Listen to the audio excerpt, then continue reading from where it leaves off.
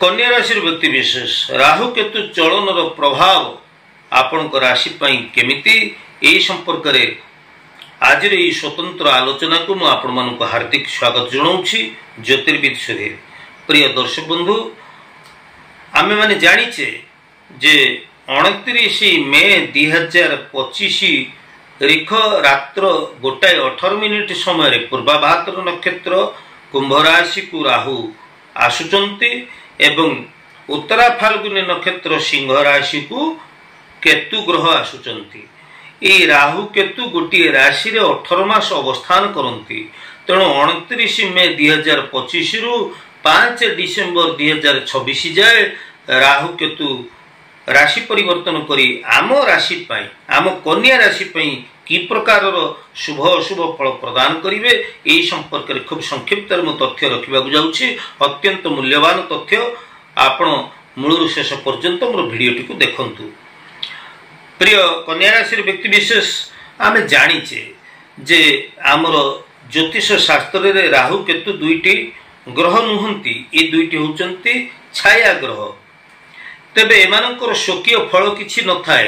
राहु शनिवत फल प्रदान करुथिला बेले केतु आमर मंगलवत फल प्रदान करिथांती। तेबे जीवन रे अचानक परिवर्तन, जीवन रे अप्रत्याशित उन्नति, जीवन रे अप्रत्याशित लाभ एवं निज भितर आत्मिक चेतनार विकास ये सब राहु केतु ग्रह आम भितर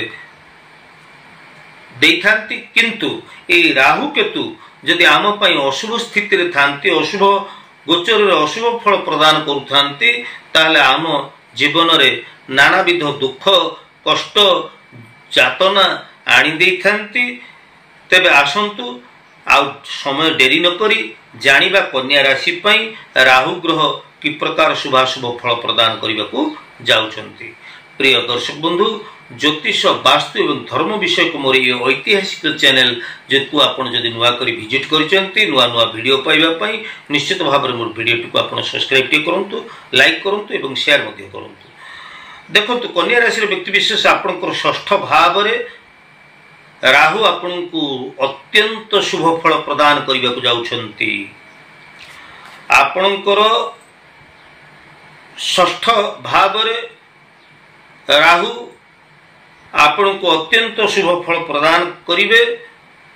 आपणकर जो शत्रु माने थिले, जो ईर्ष्यालु लोक माने थिले, से माने आपण को निकट रे नतमस्तक होबा पई बाध्य हेबे।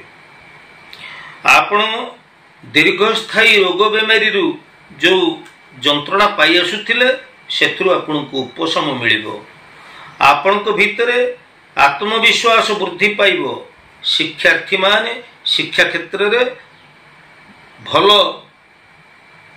प्रदर्शन ताकर दक्षता प्रदर्शन करिवे। आपणकर लोक संपर्क वृद्धि पाइब। व्यापार वाणिज्य क्षेत्र रे आपण बेस किछि लाभ पाई परिबे। विदेश ग्रस्त करि पारंती। पारिवारिक दाम्पत्य जीवन आदि क्षेत्र रे आपणकर राहु ग्रह निश्चित भाव में शुभ फल प्रदान करिवे। ये थिला राहु ग्रह कर शुभ परिणाम। तेबे केतु ग्रह को कथा यदि विचार को नबा प्रिय कन्या राशि व्यक्ति विशेष आपणकर द्वादश भाव को केतु आसीबे। केतु आपणकर द्वादश भाव रे थाई आपन को शुभ फल प्रदान करिवे नाही। किंतु ये 29 मे 2025 राति 1:18 समय केतु ग्रह आपनकर जे आसिले सिंह राशि को एटी समय दिन एई समय रे आपनकर चंद्रचलन शुभ हेतु आपण केतु ग्रह ठारू शुभ फल प्राप्त हेबे। तेबे अशुभ फल कौन प्राप्त हेबे ना आपनकर ईर्ष्यालु लोक कर तीक्ष्ण नजर आपनक ऊपर रहिबो। आपणकर आय भल होउथिले हैं आकस्मिक भाव रे अर्थहानि हबार संभावना रही। आउ हाँ आमर बुद्धि भ्रष्ट हो पारे। आमे ठिकणा समय ठीक निष्पत्ति न नहीं पारुथिबा जोगु आगामी दिन रे तार कुपरिणाम को अनुभव करि परिबा। तेबे शज्या सुख नष्ट हबार संभावना को केतु ग्रह इंगित करुछि।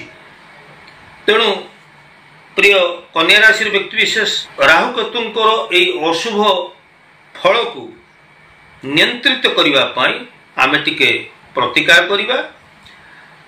प्रत्येक शनिवार मंगलवार रे आमे हनुमान मंदिर को जिबा, टिके लाल रंगर मिठा प्रसाद टिके लाल रंगर मिठा भोग लगे से प्रसाद को आमे टिके सेवन करिबा एवं आमर वृद्ध असहाय लोक मानू से प्रसाद को खुशी मन बांटी देबा। या द्वारा राहु केतु भली क्रूर ग्रह आपण को ऊपर अनुकूल अवस्था रहिबे, आपण को ऊपर शुभ दृष्टि रखिबे एवं आपण को शुभ फल प्रदान करिबे।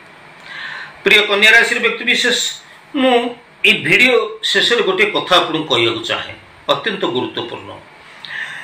महाभारत दान धर्म पर्व कह जे केवल ग्रह नक्षत्र न करोति शुभाशुभम सर्वमात्मा कृत कर्म ग्रह बाद लोकाइति। यार माने होछि केवल ग्रह नक्षत्र जे आमर शुभ अशुभ फल हमको प्रदान करती ता नुहे, बरं आमर कर्म को नहीं आमर भाग्य निर्धारण होता है। कर्म को नहीं ग्रह तार यथार्थ फल से हमको प्रदान करिथाए। ताहले जदि आमे सत्कर्म करिबा, सदाचार रहिबा, निष्ठा पर उद्यम करिबा, ईश्वर को ऊपर भरोसा रखिबा, ताहले आपण मते कहंतु तो राहु केतु खराब थिला आपनकर कोन करिवे? किछि करिवे नाही। तेणु भयभीत हबार कौन आवश्यकता नहीं। तेज आज उपस्थापन आपको केमती लगे दर्शक बंधु? आपणकर सुचिंतित मतामत अपेक्षा मु ज्योतिर्विद सुधीर। आज तो समय परवर्ती अध्याय देखा पर्यंत जय जगन्नाथ।